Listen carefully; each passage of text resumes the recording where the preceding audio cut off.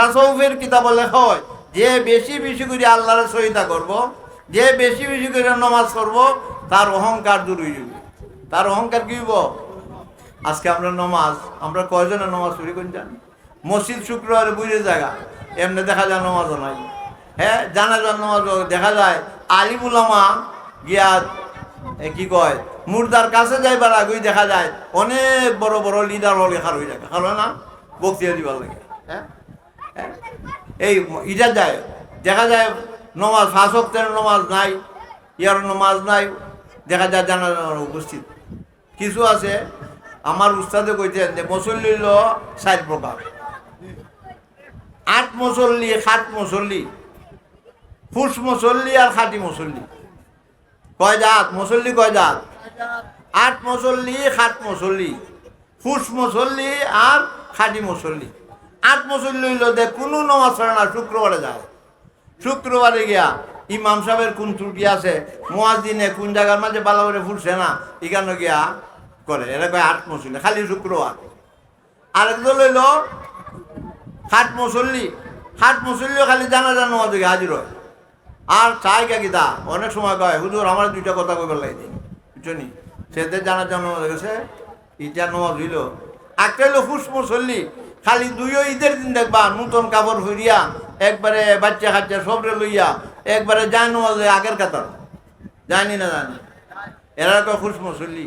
আর খাঁটি মুসল্লি হইল যে নাকি কি করে শুক্রবারেও যায়, জানাজার নামাজও যায়, ঈদের নামাজও যায়, 5 ওয়াক্তের নামাজ তো পড়েই, এরপরে নফলও পড়ে, এরপরে কি করে আবার তাজুদের নামাজও পড়ে, তারাবির নামাজও পড়ে। হ্যাঁ, পুরা 20 রাকাত। এরা কয় কি তা খাঁটি মুসল্লি। এই খাঁটি মুসল্লি যখন হইব, আল্লাহ পাক রব্বুল আলামিন তার অন্তরের মধ্যে গিয়া অহংকার আল্লাহ দূর করে দেওয়া। এই জন্য কিতার মধ্যে লেখা হয়েছে বেশি বেশি করিয়া যে সহিদা দিব আল্লাহরে, সহিদা যত বেশি দিব তার অহংকার অতই তার দূর হইব। এই অন্তরের রোগের ঔষধ হইল নামাজ, বেশি বেশি করিয়া সহিদা দেওয়া। হাদিসের মধ্যে আছে হুজুর পাক সাল্লাল্লাহু আলাইহি সাল্লাম যখন মেরাজে গেলেন, মেরাজে গিয়া দেখা যায় অনেকটা 7 আসমানের মাঝে ফেরেশতারা এত গণক বসতি যে দেখা যায় কেউ সহিদার মধ্যে ফুরে রয়েছেন, কেউ দেখা যায় রুকুর মধ্যে ফুরে রয়েছেন, কেউ আত্তাহিয়াতুর মধ্যে ফুরে রয়েছেন। এরা একবারে কিয়ামত পর্যন্ত যত আল্লাহর হুকুম উইছে না মাথা উঠাও অতক্ষণ পর্যন্ত সহিদার মধ্যে আছে। কিন্তু আমরার মধ্যে নমাজ কিতা আছে কোন যান বেশি অংশ কিতা করে তারাবির নমাজ ফরমু ওই জায়গা যেমন হাবিজ সাহেব জলদি পড়তে পারে, ঠিক না? হ্যাঁ, আর যদি দেখা যায় নমাজও যায়, ইমাম সাহেব যদি একটু লম্বা সুরা তো দিলাইছুন, হয় মিয়া সাহেব তো ফয়গাম্বরী নমাজ আরম্ভ করছে। হ্যাঁ, সময় আছে নিয়ত নমাজ, ইজান নমাজ। এজলি আল্লাহ রসুলে ফরমাইন যে নামাজ কি করো, ইহতিমামের সঙ্গে আদায় করো, খুশু খুজুর সঙ্গে আদায় করো। সাহাবায়ে কেরাম নামাজে দাঁড়াইছেন, খুশু খুজুর সঙ্গে আদায় করছেন। তীর গাচ্ছে, তীর চুটাইছেন, তীর গাচ্ছে যে নমাজের মানে দাঁড়াইছেন, কইটুই পারেন না। এর ফলে আবার যখন নাকি ফুল ভাল লেগে আইছে, হুজুর বলতে আমি সাহাবিক বলতে আমি নমাজের মধ্যে দাঁড়াই, আপনি টান দিবেন। এরার নমাজ দিলে আসল নমাজ। এই জন্য আমরা নমাজ যেন খুশু খুশুর সঙ্গে ইহতিমামের সঙ্গে আদায় করি, তাহলে এই নমাজ হাসরে এরপরে কবরে ফুলসিরাতে সব জায়গার মধ্যে এই নমাজের দ্বারা কি হইব, আমাদের ফায়দা হইব।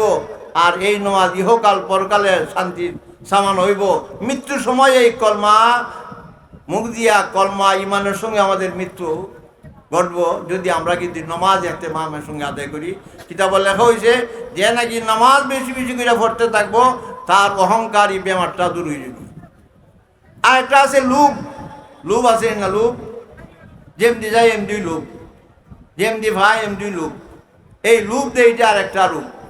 আর একটা লোক আছে কিতা রিয়া, লোক দেখানো, যে নাকি লোক দেখাইয়া নমাজ পড়ে, এই নমাজের দ্বারা কোনো ফায়দা হয় না। হ্যাঁ, এই জন্য আল্লাহ পাক রব্বুল আলামিন ফরমাইন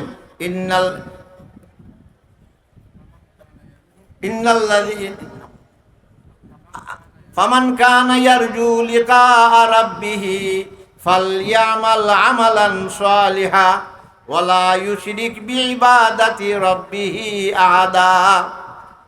আল্লাহ পাক রব্বুল আলামিন ফরমাইন ফামান কানা ইয়ারজু লিকা রাব্বিহি, যে নাকি আমি আল্লাহর সঙ্গে সাক্ষাৎ করার আকাঙ্ক্ষা রাখে, ফালইয়ামাল আমালান সালিহা, সে যেন সত্য আমল করে, নেক আমল করে, ভালো আমল করে।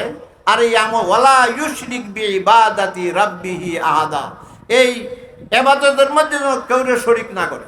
কেউরে শরিক মানে তফসিরের একবার নির্যাস দেখুন, এই রিয়াটা যেমন না হয়।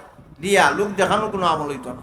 আজকে সৎকা হইতেছে, খয়রাত হইতেছে, জাকাত দিতেছি, সবটার মাঝে কি দেখা লোক দেখানো, সবটার মাঝে লোক দেখানো। হ্যাঁ, আমাদের আকাবিরিন যারা নাকি আসলেন, তারা সব সময় নীরবে ইবাদত বন্দি করতেন, নিজেরাই প্রকাশ করতেন না।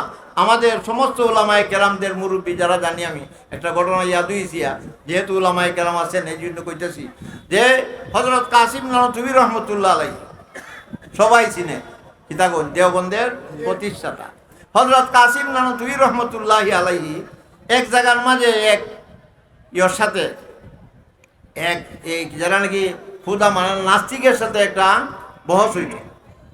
সারা দেওবন এলাকা প্রসার হয়েছে যে হযরত কাসিম নানতুবি রহমতুল্লাহ আলাইহি এক নাস্তিকের বিরুদ্ধে তাই বহস করব। অত্র এলাকার যত আলিম উলামা, ইমাম, মুসল্লি সব গেছে। হযরত তানভী রহমতুল্লাহ আলাইহি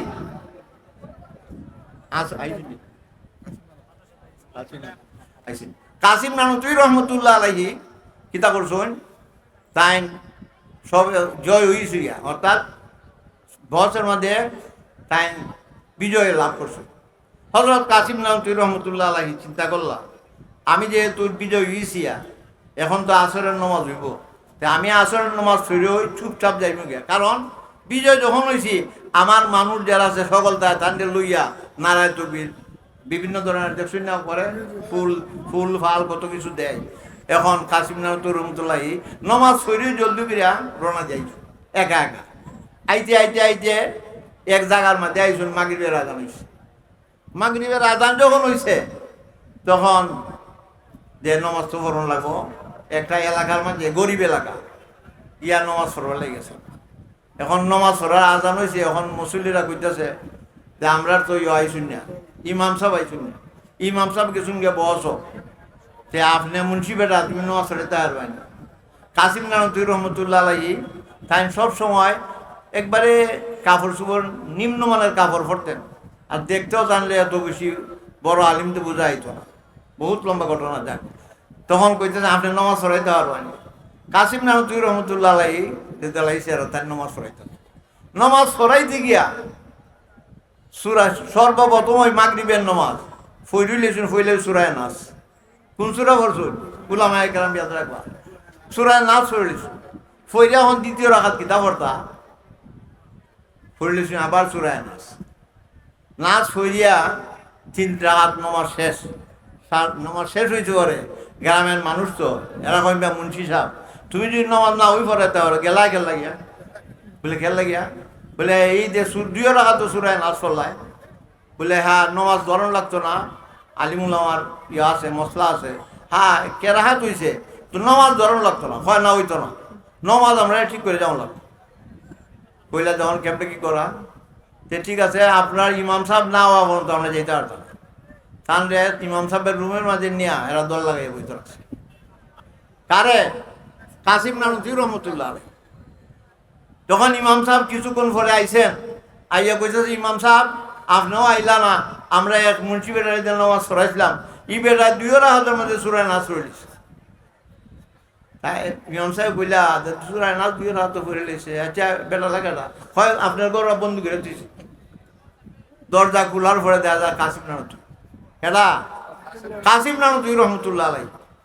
ঢুকিয়া গিয়া কইলা হুজুর কি আপনার কষ্ট হয়েছে কি? না না না কষ্ট হয়েছে না, একটা মশলা যেহেতু এরা বুঝছে না, এটা তো হল করে যাওয়া লাগবো। হেরাও আমার কইছে আপনার রুমে বই থাকতো, আমিও বইয়ে রয়েছি।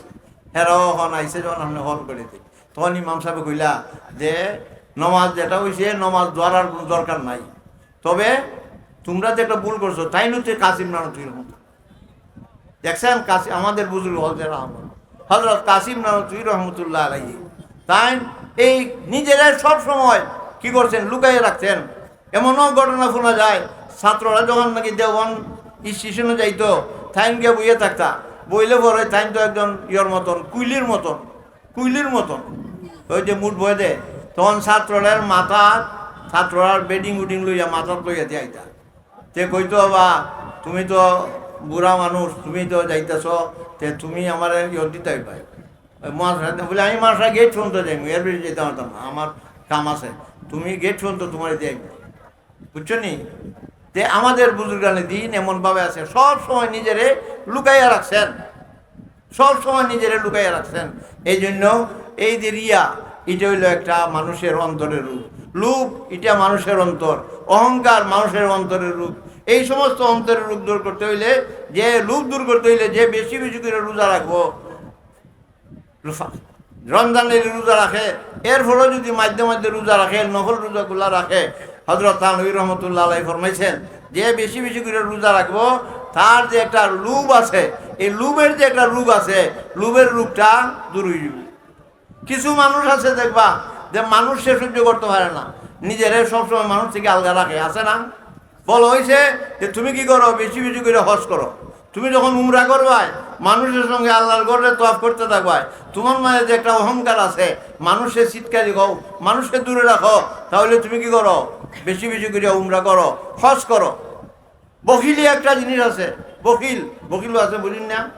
হ্যাঁ, বখিল কইসন যে বখিলি দূর হয়, যে নাকি জাকাত বেশি বেশি করে দেয়।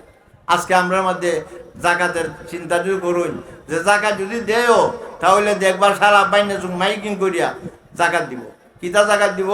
জাকাতের শাড়ি আছে একটা, জাকাতের শাড়িতে ওই বসে। এখন মানুষ গেল কয়েক বছর আগে চিটাগাং, মানুষ এমনভাবে মানুষ গেছে, মানুষের ভাড়া খাইয়া মানুষ মরে গেছি। এটার জাকাত হইল? এটার নাম সব হইল রিয়া। এই রকমের অনেক 10টা রোগ আছে। এই 10টা রোগরে যদি মানুষ পরিশুদ্ধ করতে পারে, আল্লাহ ফরমাইছেন কাদ আফলাহা মান যাক্কাহা, সেই সফল যে নাকি তার অন্তরে পরিশুদ্ধ করছে। এই জন্য ভাই, আমরা অন্তরে পরিশুদ্ধ করা, ঘরের মধ্যে আছে পরিশুদ্ধ করার, হ্যাঁ, অহংকার বাপ আনতে নাই, রাগ আনতে নাই, রাগ একটা রোগ। আল্লাহ ফরমাইছেন ওয়াল কাযিমিনাল গায়যা ওয়াল আফিনা আনিন নাস ওয়াল্লাহু ইউহিব্বুল মুহসিনিন। যে নাকি রাগ রে কন্ট্রোল করতে পারে, আল্লাহ গুণ গিদা, সেও গিদা আল্লাহর মহব্বতের পাত্র। আজকে আমরা রাগ উঠে, হ্যাঁ, ঘরে যদি দেখা যায় বউয়ের সালের মাঝে লবণ দিছে না, কিতা মনে করুন? হ্যাঁ, কি মনে করুন? রাগ কিরকম উঠে? হযরত হ্যাঁ, প্লেট ভেঙে গেলায়, প্লেট বেডির মাথার মাঝে ভেঙে হলাই দেয়। হ্যাঁ, এই যে মেয়ে লোক, এই মেয়ে লোকও আমরা আমাদের আহলিয়া, এরা হইল কি তা মারজাত, এরার উপরেও কি তা রহম করণ চাই। এই জন্য বলা হয়েছে ইন্নাল্লাহা ইয়ামুরু বিল আদলি ওয়াল ইহসান ওয়া ইতাই যিল কুরবা ওয়া ইয়ানহা আনিল ফাহশাই ওয়াল মুনকার ওয়াল বাগি ইয়াইযুকুম লাআল্লাকুম তাযাক্কারুন। এই আয়াতটা প্রত্যেক ইমাম সাহেব জুম্মার রোজা পড়ে না? এটা এখানে মানে আদল বলা হয়েছে, ইনসাফ। আপনার বউর কাছে আপনি ইনসাফ করতে হইবা। আজকে নারীদের একটা এরা সংস্কারের দিছে, একবারে সংস্কার যা দাবি করছে, এটার অর্থ হইল এই দেশের মানুষজন সফলতা আগামীতে হারামজাদ হয়ে যায়। সংক্ষেপে কইলাম, হ্যাঁ হ্যাঁ, জিনা বেবিচার করা, এটার লাগে এখন সরকার দিয়েছে এরা স্বীকৃতি নিত, যে এরা কয় যৌনকর্মী। যে বিভিন্ন ধরনের কর্মী আছে না, যে শ্রমিক, বিভিন্ন ধরনের শ্রমিক আছে, কেউ রিক্সা চালায়, কেউ ভ্যান চালায়, কেউ এই করে সেই করে। অহন কয় আমরা মেয়েরারে একটা যৌনকর্মীর একটা স্বীকৃতি দেওয়া লাগবে। অর্থাৎ আমরাও একটা দোকান করলিয়া জিনা বেবিচার করবো, ওইটা বাজাই দেওয়া পারতো না, কোনো মৌলব্য বাজাই দিতে পারতো না, সরকারও বাজাই দিতে পারতো না, আমরা এই সুযোগ করে দেওয়া লাগবো। এটাকে আমরা চাই না। যাক, আমি এই দিকে যাইতে আই অন্য লাইনে যাক যাইতাম না। আমার কথা হইলো, আমরা কি করতাম, মনটারে সব সময় অন্তরটারে পরিষ্কার করো। আল্লাহ রসুল ফরমাইছেন ইন্না ফিল জাসাদি মুযগাতান ফাইযা সালুহাত সালুহাল জাসাদু কুল্লুহু ওয়া ইযা ফাসাদাত ফাসাদাল জাসাদু কুল্লুহু আলা ওয়া হিয়াল কলব।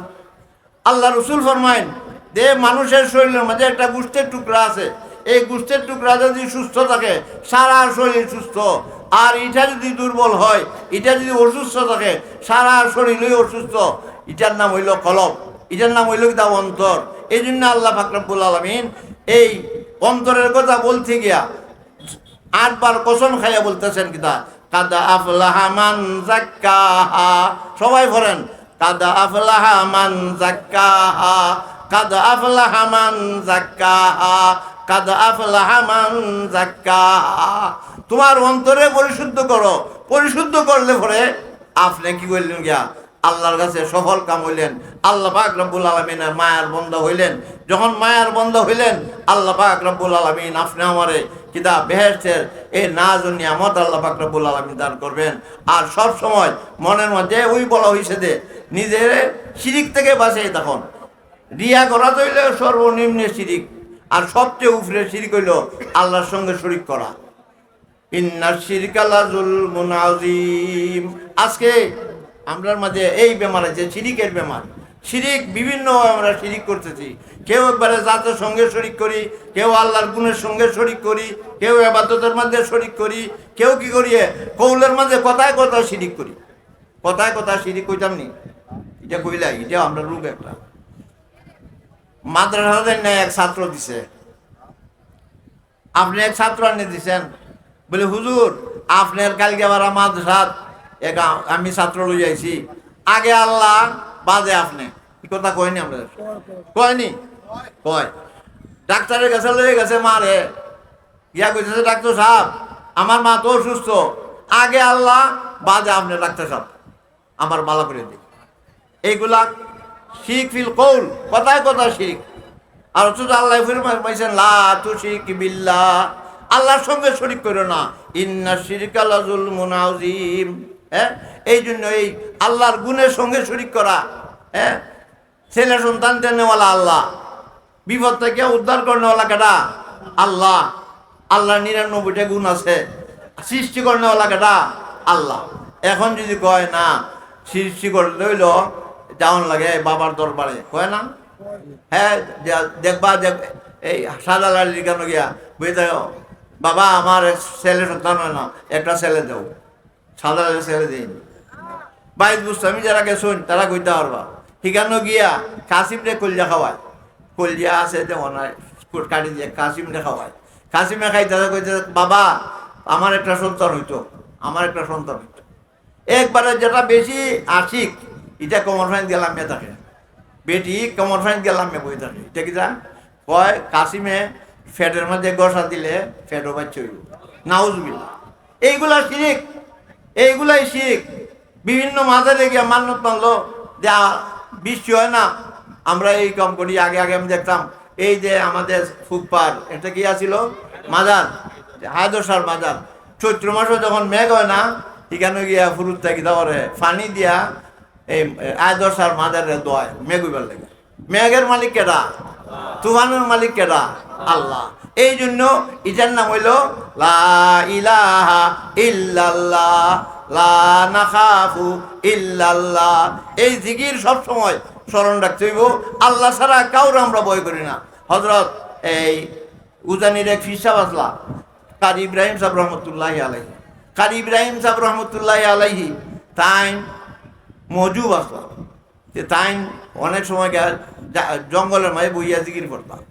জিকির পড়তে পড়তে গাছের তলে জিকির পড়বে, গাছের মধ্যে পড়তেছেন লা ইলাহা ইল্লাল্লাহ, লা ইলাহা ইল্লাল্লাহ। যখন জিকির পড়তেছেন এক হাফ গাছ থেকে আস্তে আস্তে নামছে, নামিয়া হযরত ইব্রাহিম সাহেব রহমতুল্লাহ আলাইহির গলার মাঝে ফেসাইছে। কিতা করছে? ফেসাইছে। কারণ জিকির তো মখলুকও পড়ে, আগের মখলুকও জিকির পড়তেছে। এই হাফ কি করতেছে? জিকির পড়তেছে লা ইলাহা ইল্লাল্লাহ। তখন লা ইলাহা তাই কল্লা জাকার দিন, হেও কি করে? ফুট ফুট করে আর কল্লা জাকড়ায়। তাই আওয়াজ ফাইলে ওরে আওয়াজ করে গীতা, আবার ফুটফুটি আওয়াজ সাইন চাইছুন চাইয়া ওই তখন গীতা গলার মাঝে হাফে বেসাইয়া এমনি বইয়া রয়েছে।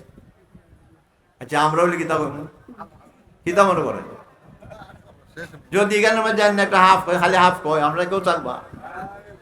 হযরত ইব্রাহিম সাহেব রহমতুল্লাহ আলাইহি ফরমাইতেছেন লা নাখাফু ইল্লাল্লাহ। এই সাহেব আমি ডরাই না, একমাত্র কারে ডরাই? আমরা কি মনে করেন বিগত কয়েক বছর গেছে আমরা কি রকম সেই ইব্রাহিম সাহেব কি বলে জিকিরের ফাল্টাইছেন, লা নাখাফু ইল্লাল্লাহ, লা নাখাফু ইল্লাল্লাহ, লা নাখাফু ইল্লাল্লাহ। যখন এইভাবে আবার পড়া আরম্ভ করছেন, সাপ দেখা যায় গলা সাইডে বাই বাই গেছে। এটা বহুত ঘটনা আছে ঢাকা মিটিংয়ে। এই জন্য আমাদের অন্তরের পরিশুদ্ধ করতে হইব, একমাত্র আল্লাহ ছাড়া আর কোনো মাবুদ নাই।